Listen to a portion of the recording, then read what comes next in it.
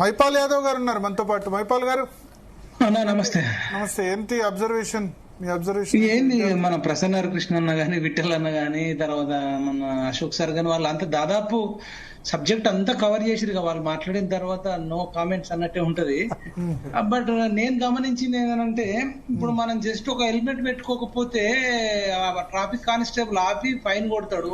ఎప్పుడన్నా wrong route లో, మరి తప్పే, రాంగ్ రూట్ లో పోవడం కూడా తప్పే, రాంగ్ రూట్ లో పోతే ఫైన్ కడతారు.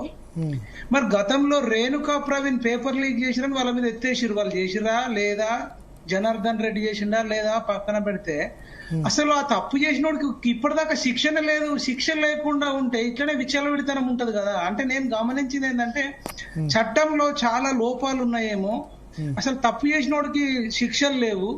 మొన్న ఒక అతను కూడా ఇట్లా రోడ్డు మీద ఒకటి పెట్టుకొని కూర్చున్నాడు, ఈ బొంతలు ఉన్నాయి అంతే, రోడ్డు అంతా గతికలు ఉన్నాయి, మేము పడితే ఎట్లా, మేమేదో హెల్మెట్ లేకపోతే, లైసెన్స్ లేకపోతే ఫైన్ వేస్తారు, మరి రోడ్లు మంచిగా లేకపోతే మీకు ఫైన్ అయ్యొద్దా అనే క్వశ్చన్ మంచిగా అడిగిండు ఒక అబ్బాయి, కరీంనగర్ లోనే అనుకుంటా.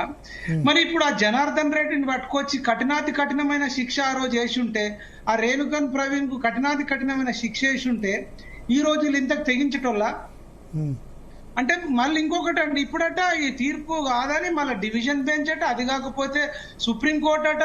అంటే ఈ పార్లమెంట్ లో కూడా అనేక చర్చలు జరిగి, ఒకసారి ఒక తీర్పు ఇస్తే మళ్ళీ ఇంకొకసారి పోకుండా ఉండాలి. ఒకవేళ పోయే ఛాన్స్ ఉన్నా, ఒకవేళ ఈ జడ్జిలు చెప్పింది తప్పైతే ఈ జడ్జిలకు శిక్ష ఉండాలి కదా. మరి జిల్లా కోర్టులో నుంచి హైకోర్టుకు రావచ్చు, హైకోర్టు నుంచి సుప్రీంకోర్టుకు పోవచ్చు.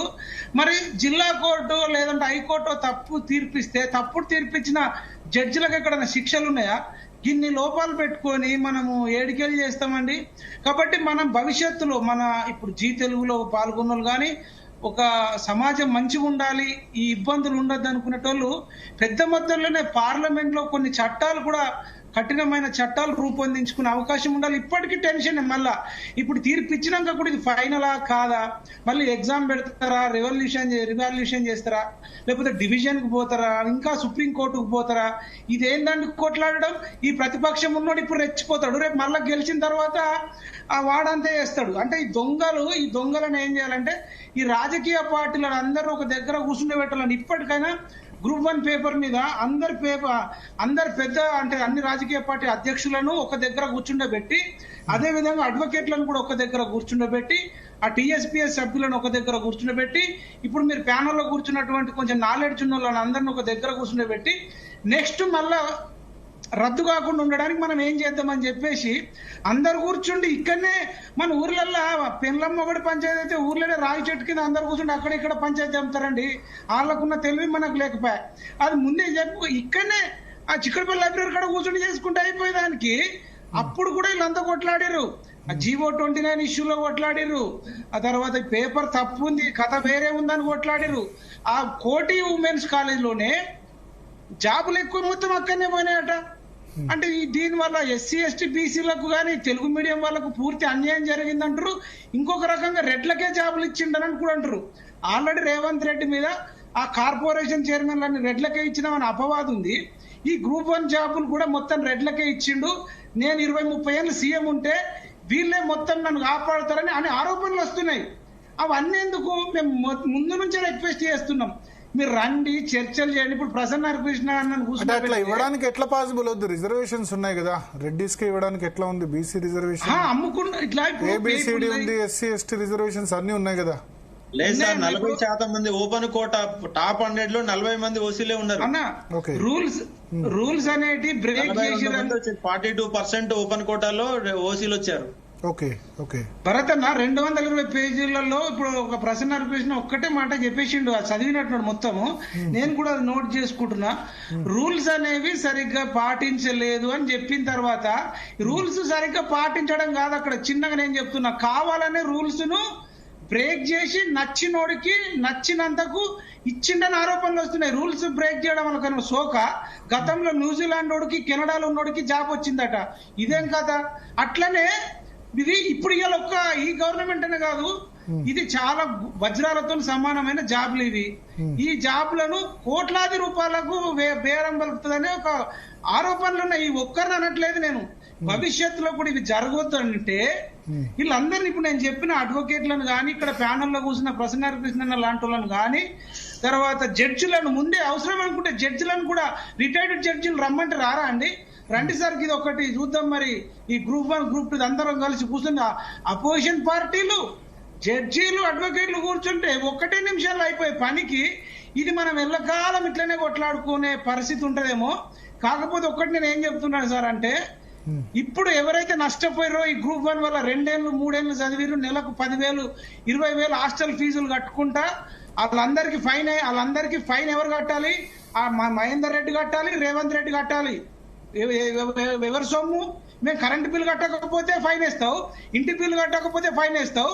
వాళ్ళు అంత కష్టపడి ఆల్రెడీ కొందరు జాబులు చేసే వాళ్ళు జాబుకు రిజైన్ చేసి వచ్చి చదువుతున్నారు, ప్రైవేట్ జాబ్ ఉన్నారు, గవర్నమెంట్ జాబ్ వాళ్ళు ఉన్నారు, వృత్తి పని చేసుకునే వాళ్ళు ఉన్నారు. అంటే ప్రత్యామ్నాయంగా అంటే వాళ్లకు వచ్చే ఇన్కమ్ కోల్పోయారు, అడిషనల్ ఖర్చు. అంటే భయం లేదండి వీళ్ళతో. ఇప్పుడు ఎవరెవరైతే ఈ వ్యవస్థలో ఇన్వాల్వ్ అయ్యారో ఆ విద్యాశాఖ మంత్రి ఇప్పటిదాకా స్పందించలే. అసలు విద్యాశాఖ మంత్రి అనే వ్యక్తి ఉన్నాడా లేడా అనేది సోదరా ముఖ్యమంత్రి గారు విద్యాశాఖ మంత్రి.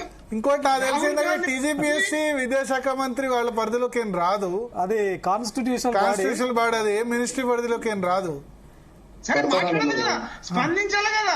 విద్యార్థుల వైపు నోరన్నా తెరవద్దా? అంటే నోరు ప్లాస్టర్ వేసుకొని గమ్ము పెట్టుకుని అట్లే స్పందించాలి. ఏదో ఒకటి మనిషి కన్నా మాట్లాడాలి కదా. ఒక సిటిజన్ గా, విద్యాశాఖ మంత్రిగా కనీసం మాట్లాడే బాధ్యత లేదా? అంటే అట్లా ఆగులో పోని గడ్డి గంగలో పోని ఎవడు ఎటన పోని ఎవడు సూసైడ్ చేసుకొని వాడు ఉన్నోడా లేనోడా గరీబోడా అమ్మాయా మొగోడా ఏదన్నా చేసుకున్నాడు ధర్నా చేసుకుంటే. కానీ హోంశాఖ మంత్రి మాత్రం పనిచేస్తున్నాడు, విద్యాశాఖ మంత్రి పనిచేయట్లేదు. హోంశాఖ మంత్రి మాత్రం నేను చిక్కడపల్లి లైబ్రరీకి ఇందాక పోయినా విద్యార్థుల కంటే పోలీసులు ఎక్కున్నారు. విద్యార్థులు 100 మంది ఉంటే పోలీసులు 200 మంది వచ్చి వెళ్ళండి పోండి ఏంది ఈ హోంశాఖ మంత్రి మరి ఎట్లా పనిచేస్తుండండి? విద్యాశాఖ మంత్రి ఏమో 0, హోంశాఖ మంత్రి ఏమో ఫైనల్. నేను అనేది ఏంటంటే విద్యాశాఖ మంత్రి లేకపోతే నేను అనేది ఏంటంటే విద్యాశాఖ మంత్రికి సంబంధం లేదు కదా, రాజ్యాంగబద్ధ సంస్థ కదా. మరి మహేందర్ రెడ్డి 1000 కోట్లు సంపాదించడానికి ఒక ఆరోపణ ఉంది. ఈ నిరుద్యోగులు ఎవరెవరికైతే 1,00,000 అయిందా, 2 లక్షలు అయిందా, 3 లక్షలు అయినా, 4 లక్షలు అయినా, ఇప్పుడు ఈ ప్రభుత్వానికి బాధ్యత లేదండి? వాళ్ళకు ఇప్పియాలన్నా వద్ద పారితోషికం? వాళ్ళ సమయాన్ని కబ్జా చేసి, వాళ్ళ జ్ఞానాన్ని కబ్జా చేసి, వాళ్ళ డబ్బులను కబ్జా చేసి, హైడ్రాన్ తీసుకొచ్చిన కదా ల్యాండ్ కబ్జా చేసిన వాళ్ళు అందరూ కూర్చుని అన్నట్టు. మరి ఇప్పుడు ఇక్కడ మా జీవితాలన్నీ కబ్జా చేస్తే 10 ఏళ్ళు 5 ఏళ్ళు 2 ఏళ్ళు 3 ఏళ్ళు ఈ కబ్జా చేసిన మరి మహేందర్ రెడ్డి ఇప్పటిదాకా బయటకు రాలే. పుంజుకు రావాల్సిన బాధ్యత ఈ ప్రభుత్వం పైన లేదా? ఈ హోంశాఖ మంత్రి పైన లేదా? ఈ విద్యాశాఖ మంత్రి పైన లేదా? ఈ మున్సిపల్ శాఖ మంత్రి పైన లేదా? ఎందుకండి మరిగా? కాకపోతే రాజీనామా చేసి ఆరాంసే ఉండమనండి. రేపు ఎవరన్నా ఒకళ్ళు అవుతారు, వాళ్ళని అడుగుతాం. మాకు ఆయన అడగాలని సోకు లేదు, ఆయన ప్రశ్నించాలని సోకు లేదు. ఇప్పటిదాకా రేణుకది లేదు, మన ప్రవీణ్ లేదు. ఇంతకుముందు మాజీ జనార్దన్ రెడ్డి టీఎస్పీఏ చైర్మన్ మీద ఇప్పటిదాకా యాక్షన్ తీసుకోలే. ఇప్పుడున్న మాజీ డీజీపీ మహేందర్ రెడ్డి మీద ఎటువంటి యాక్షన్ లేదు. ఎందుకు ఇదంతా చెప్తున్నామంటే వీళ్ళు మొత్తము తప్పు దోవలో పోతున్నారు. కావాలని ఇల్లీగల్ యాక్టివిటీస్, ప్రభుత్వమే ఇల్లీగల్ గా పనిచేసిన తర్వాత ఇక ప్రజలు ఎందుకండి మంచిగా పనిచేస్తారు? కాబట్టి ఇది మనం భవిష్యత్తులో అందరం కూడా ఆలోచించి, ఈ వ్యవస్థలో అనేక లోపాలు ఉన్నాయి, ఈ లోపాలను సవరించుకోవాలంటే మనం దీనిపైన సుదీర్ఘంగా రేపు బీఆర్ఎస్ ప్రెసిడెంట్ గాని, బీజేపీ ప్రెసిడెంట్ గాని, ఈ కాంగ్రెస్ ప్రెసిడెంట్ గాని ఒక దగ్గర కూర్చుని పెడితే సమస్య పరిష్కారం అవుతుందని నేను కోరుకుంటున్నాను. వాస్తవానికి సోదరుడు మైపాల్ చాలా మంచి వ్యాలిడ్ పాయింట్ రేజ్ చేసింది. ఏంటంటే ఇప్పుడు ఇక్కడ మన ఇంద్రనాయక్ ఉన్నాడు, ఇంకొక మిత్రుడు ఉన్నాడు, లైవ్ లో మా మిత్రుడు అశోక్ ఉన్నాడు. వీళ్ళు మొన్న జస్ట్ రిప్రజెంటేషన్ ఇవ్వడం కోసం గాంధీ భవన్ కు వెళ్దామని చెప్పేసి ఒక కాల్ ఫార్ ఇచ్చారు. ఇస్తే గాంధీ భవన్ దగ్గర పోలీసులు జస్ట్ రిప్రజెంటేషన్ ఇవ్వడానికి వెళ్ళినటువంటి వీళ్ళని అరెస్ట్ చేసి జైల్లో అంటే స్టేషన్ కి తరలించారు. అంటే రిప్రజెంటేషన్ ఇవ్వడానికి వెళ్ళడం అనేది ఒక రైట్ ఇది. అండ్ ఇందిరా పార్క్ దగ్గర పర్మిషన్స్ ఇవ్వరు వీళ్ళకు ధర్నాలు చేద్దామంటే.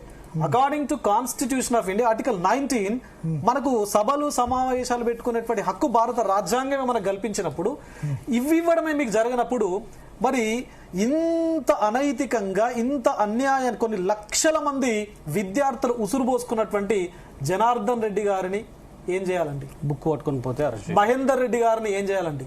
బుక్ పట్టుకొని పోతే, ఇప్పుడున్నటువంటి ప్రస్తుత చైర్మన్ ఏం చేయాలండి? వాళ్ళను వాళ్ళకి ఎఫ్ఐఆర్ విధించి ఎఫ్ఐఆర్ వాళ్ళపైన బుక్ చేసి ఫైల్ చేసి వాళ్ళని విచారించాలా వద్దా? జస్ట్ రిప్రజెంటేషన్ ఇచ్చే వీళ్ళని అరెస్ట్ చేస్తే మరి అన్ని లక్షల మంది ఉసురు పోసుకున్నటువంటి వీళ్ళని ఏం చేయాలి? ఓకే. సో మనతో పాటు ఇంద్రా నాయక్ ఉన్నారు, రవికుమార్ ఉన్నారు. ఒక 2 నిమిషాలు మాట్లాడేసి